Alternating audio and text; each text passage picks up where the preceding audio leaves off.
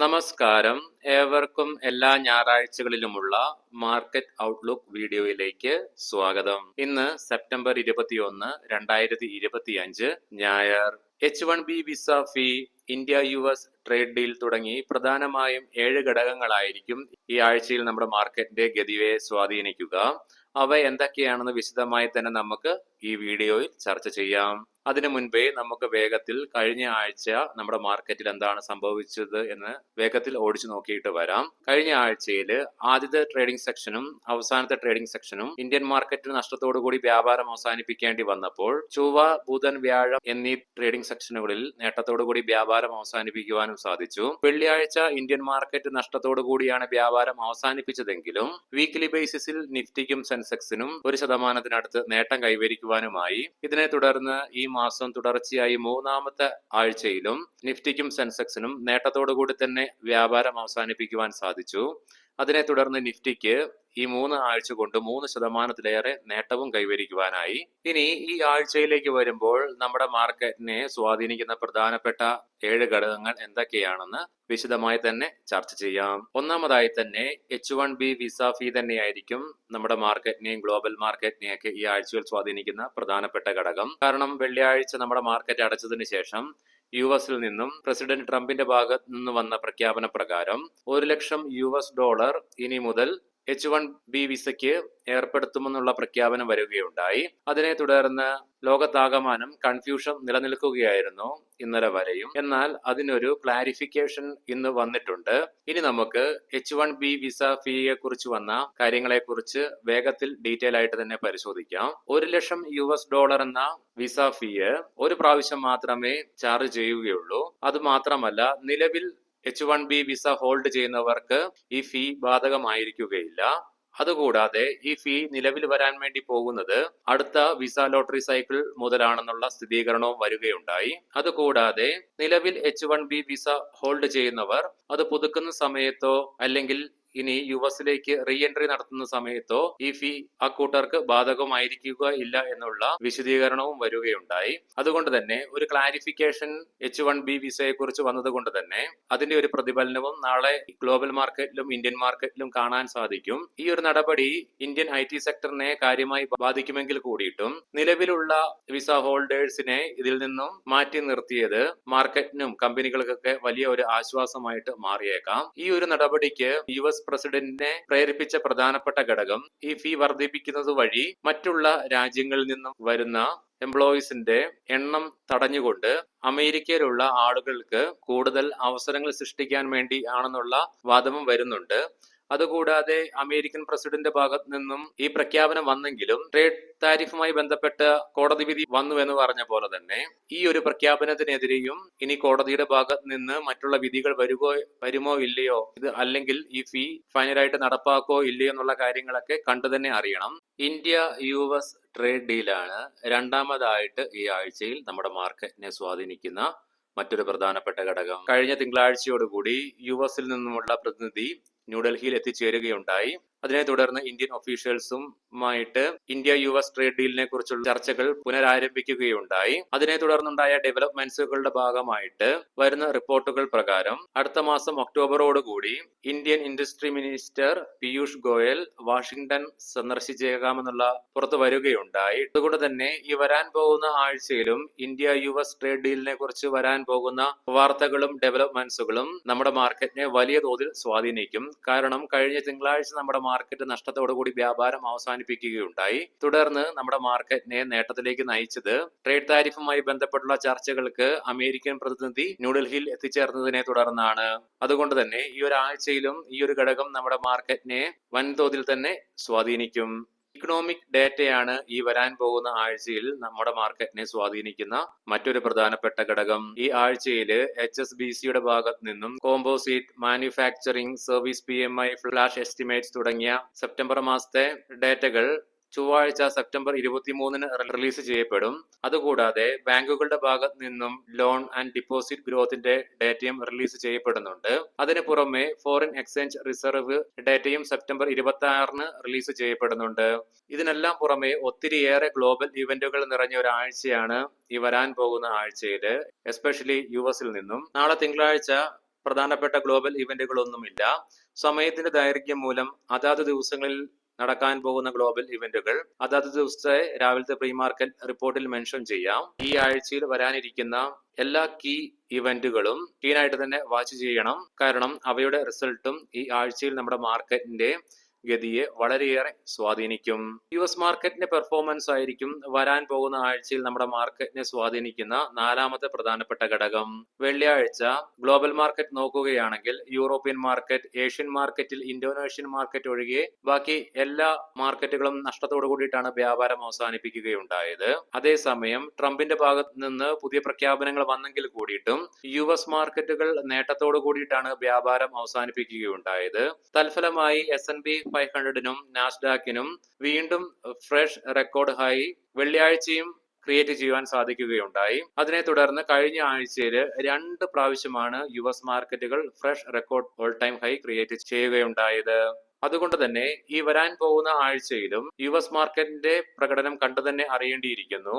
H1B visa US പ്രധാനപ്പെട്ട എല്ലാ കമ്പനികളെയും ബാധിക്കുന്നത് കൊണ്ട് തന്നെ US മാർക്കറ്റിന്റെ ഭാഗത്ത് നിന്ന് വരുന്ന പ്രകടനവും ഗ്ലോബൽ മാർക്കറ്റിനെയും ഇന്ത്യൻ മാർക്കറ്റിനെയും വലിയ രീതിയിൽ തന്നെ സ്വാധീനിച്ചേക്കാം. വിദേശ ധനകാര്യ സ്ഥാപനങ്ങളുടെ ഭാഗത്ത് നിന്ന് വരാൻ പോകുന്ന ആക്ഷനാണ് അഞ്ചാമതായിട്ട് ഈ ആഴ്ചയിൽ നമ്മുടെ മാർക്കറ്റിനെ സ്വാധീനിക്കുന്ന മറ്റൊരു പ്രധാനപ്പെട്ട ഘടകം. ഈ വർഷം ജൂൺ മാസത്തിന് ശേഷം ജൂലൈ മുതൽ വിദേശ ധനകാര്യ സ്ഥാപനങ്ങൾ ഇന്ത്യൻ മാർക്കറ്റിൽ നെറ്റ് സെല്ലേഴ്സ് ആയിട്ട് മാറുകയുണ്ടായി.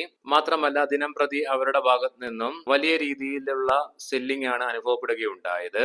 എന്നാൽ കഴിഞ്ഞ ആഴ്ചയിൽ പതിവിന് വിപരീതമായിട്ട് 5 ട്രേഡിംഗ് സെക്ഷനിൽ 3 ട്രേഡിംഗ് സെക്ഷനും ക്യാഷ് മാർക്കറ്റിൽ വിദേശ ധനകാര്യ സ്ഥാപനങ്ങൾ ബയേഴ്സ് ആയിട്ട് മാറുന്ന കാഴ്ച ദൃശ്യമായി. അതുകൂടാതെ കഴിഞ്ഞ തിങ്കളാഴ്ചയും ബുധനാഴ്ചയും വിദേശ ധനകാര്യ സ്ഥാപനങ്ങൾ ക്യാഷ് മാർക്കറ്റിൽ സെല്ലിംഗ് നടത്തിയെങ്കിൽ കൂടിയിട്ടും ഹ്യൂജായ എമൗണ്ടിന് സെല്ലിംഗ് നടത്തിയില്ല. അത് മാത്രമല്ല ഈ മാസം നിലവിൽ 15 ട്രേഡിംഗ് സെഷൻ പൂർത്തിയാക്കുകയുണ്ടായി കഴിഞ്ഞ വെള്ളിയാഴ്ചയോടുകൂടി. ഈ 15 ട്രേഡിംഗ് സെക്ഷന് കൊണ്ട് 10,571.65 കോടി രൂപയുടെ സെല്ലിംഗ് മാത്രമേ അവരുടെ ഭാഗത്ത് നിന്നും ഉണ്ടായുള്ളൂ.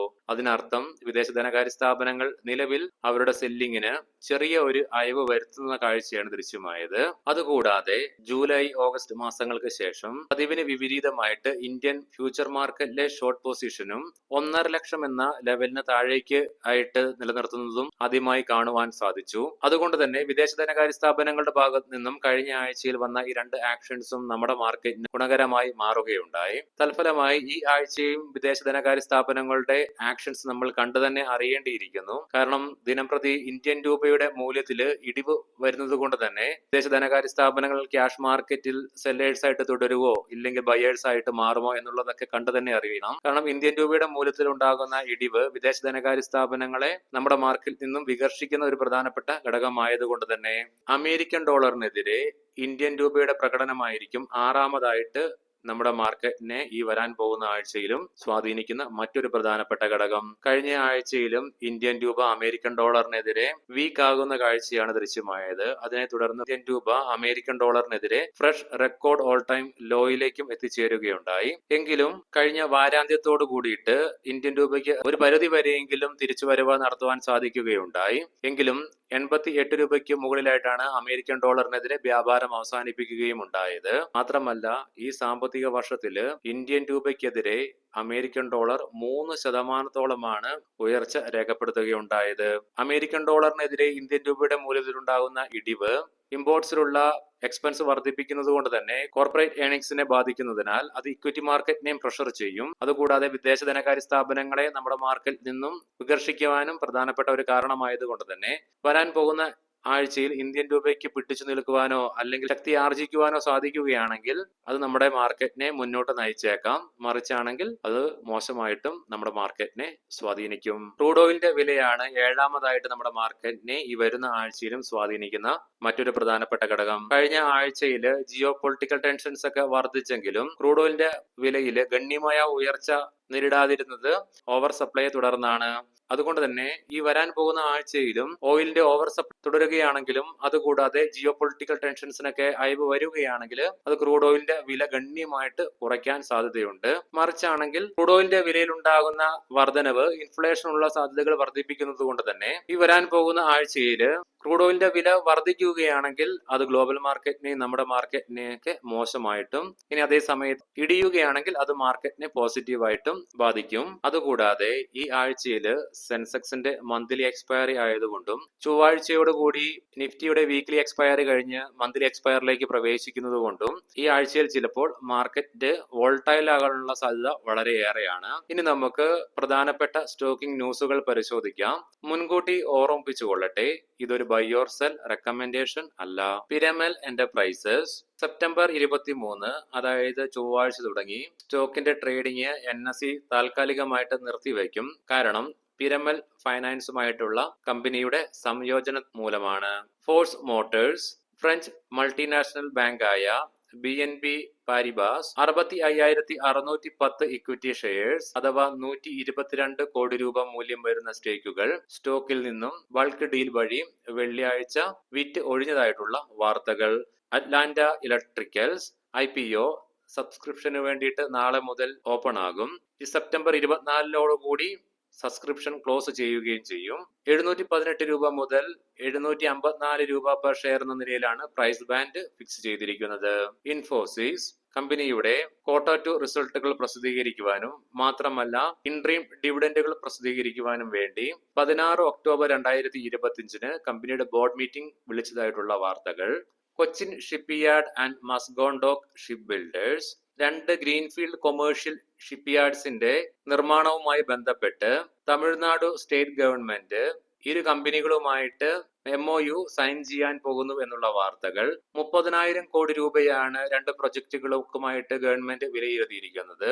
ഈ പ്രൊജക്ട് നടപ്പിലാവുകയാണെങ്കിൽ 55,000 പുതിയ തൊഴിലവസരങ്ങൾ സൃഷ്ടിക്കപ്പെടും. PNC ഇൻഫ്രാടെക് റോഡിന്റെയും ബ്രിഡ്ജിന്റെയും നിർമ്മാണവുമായി ബന്ധപ്പെട്ട് ബീഹാറിൽ നിന്നും കമ്പനിക്ക് 495.5 കോടി രൂപയുടെ പുതിയ ഓർഡർ ലഭിച്ചതായിട്ടുള്ള വാർത്തകൾ. Ramky infrastructure Hyderabad metropolitan water supply and sewerage ബോർഡിന്റെ ഭാഗത്ത് നിന്നും 2,085 കോടി രൂപയുടെ പുതിയ ഓർഡർ കമ്പനിക്ക് ലഭിച്ചു എന്നുള്ള വാർത്തകൾ. ഏവർക്കും നല്ല ഒരു സായാഹ്നം ആശംസിക്കുന്നു. നാളെ രാവിലെ പ്രീ മാർക്കറ്റ് റിപ്പോർട്ട്സുമായി നമുക്ക് കണ്ടുമുട്ടാം. നന്ദി, നമസ്കാരം.